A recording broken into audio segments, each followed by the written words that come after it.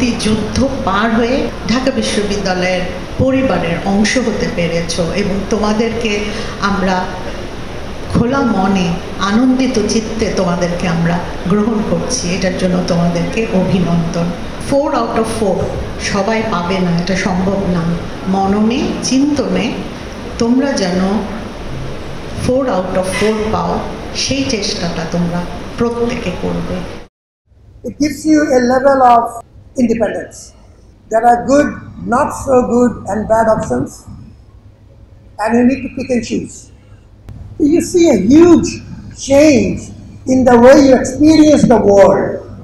This is a time for networking. Networking শুধু স্বার্থের বিষয় না, আমি চাকরি পাবো এই জন্য নেটওয়ার্কিং না, সেটা যদি হয় হবে ঠিক আছে, but more importantly networking should be a basic human tenet, human quality to expand yourself through other people. দ্বিতীয় কাজ হলো একটা ভাষা শেখা, যে কোনো একটা ভাষা শেখা, enormous opportunity। আমাদের IML আছে, learn some soft skills। আমি আমার জীবনে কথা বলছি, কাজে লেগেছি। কত রকম ক্লাব আছে আমাদের, such a rich mix of voluntary activities. Any passion that you have, pursue one. CV-টা কি করে লিখতে হয়, how do you attract people, তোমার দায়িত্ব তোমাকে নিতে হবে। নিজের দায়িত্ব নেওয়া খুবই কঠিন কাজ, নিজের দায়িত্ব নিতে হবে। এখনো মনে রাখতে হবে যে এন্ড অফ দ্য ডে মা বাবা আসলে পরম বন্ধু। আমার কথায়, আচার আচরণে, আমার শিক্ষা দীক্ষায়, আমার উপস্থাপনে ভালোটাকে বুঝে চলবেন, ভালো মানুষের অনুসন্ধান করবেন, সত্যের অনুসন্ধান করবেন।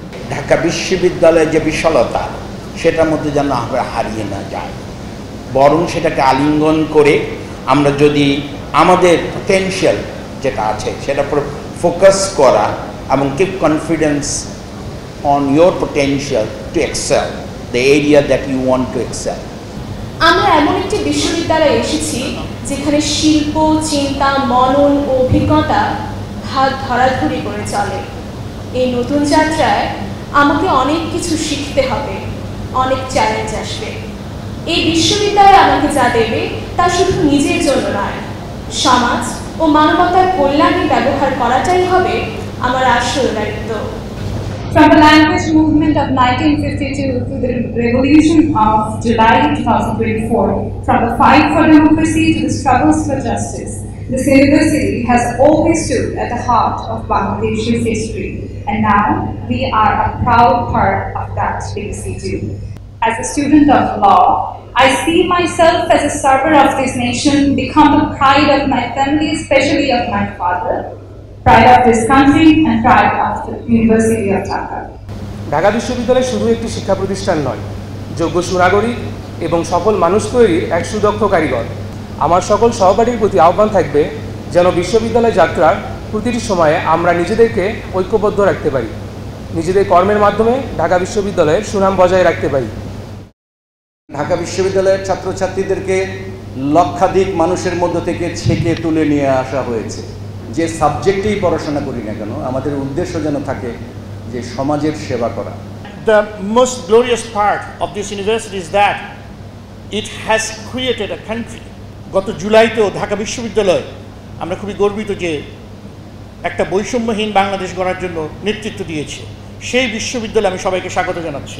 ঢাকা বিশ্ববিদ্যালয় হচ্ছে এমন একটি বিশ্ববিদ্যালয় যে বিশ্ববিদ্যালয় এদেশের আপামর জনগণের অর্থে পরিচালিত হয়।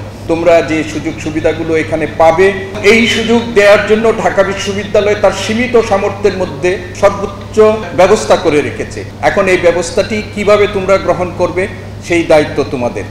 সমতা এবং ন্যায্যতা, এই নীতিতে বিশ্বাস করে আমরা যখন সমতা এবং ন্যায্যতার নীতির কথা বলি, আমরা বলি যে একাডেমিতে সমতা। তার মানে হচ্ছে তোমার ক্লাসে, তোমার ক্যাম্পাসে, তোমার হলে, তুমি যেখানেই থাকো না কেন, বিশ্ববিদ্যালয় সবসময় বিশ্ববিদ্যালয়ের যে সমস্ত সুযোগ সুবিধা আছে তোমার জন্য সেগুলো অবাহিত, এবং তুমি সেই সুযোগের অধিকারী যেটুকু তোমার অন্য যে কোনো বন্ধু অথবা অন্য শিক্ষার্থী তার অধিকারী। একাডেমিক্যালি, সোশ্যালি, কালচারালি তোমাকে কম্পিটেন্ট হিউম্যান বিং হিসেবে তৈরি করার জন্য, আগামী দিনের চমৎকার নাগরিক হিসেবে গড়ে তোলবার জন্য যা কিছু প্রয়োজন তার সব কিছু ঢাকা বিশ্ববিদ্যালয় তৈরি করে রেখেছে। আমাদের সবার পথ চলাই আসলে শুরু হয়েছিল এই ধরনের একটা অনুষ্ঠানের মাধ্যমে।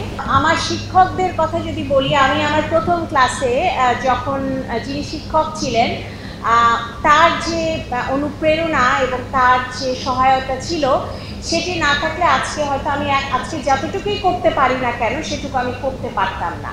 দেশ বরেণ্য শিক্ষকরা রয়েছেন এবং তাদের কাছ থেকে তোমাদের কিন্তু পাওয়ার অনেক কিছু আছে। সেই কারণে তোমাদের কাছে আমার একটা পরামর্শ থাকবে যে সবসময় শিক্ষকদের কাছে আলোচনা করবে, তাদের কাছ থেকে পরামর্শ নেওয়ার চেষ্টা করবে। প্রত্যাশা অবশ্যই আছে, কিন্তু প্রত্যাশার চাপে তুমি যেন হতাশাগ্রস্ত না হয়ে যাও। আত্মবিশ্বাসী থাকতে হবে এবং নিয়মতান্ত্রিক থাকতে হবে। আমি আশা করব তোমাদের আগামী 4 বছর কিংবা 5 বছর সময় সুন্দর যাবে এবং বিশ্ববিদ্যালয় থেকে তোমরা শুধুমাত্র একটা ডিগ্রি না, আরও অনেক কিছু সংগ্রহ করে এবং একটা খুব সুন্দর অভিজ্ঞতা নিয়ে তোমরা পাশ করে পরবর্তী যে কর্মজগৎ সেই কর্মজগতে প্রবেশ করবে এবং সেখানেও আমাদেরকে গর্বিত করবে।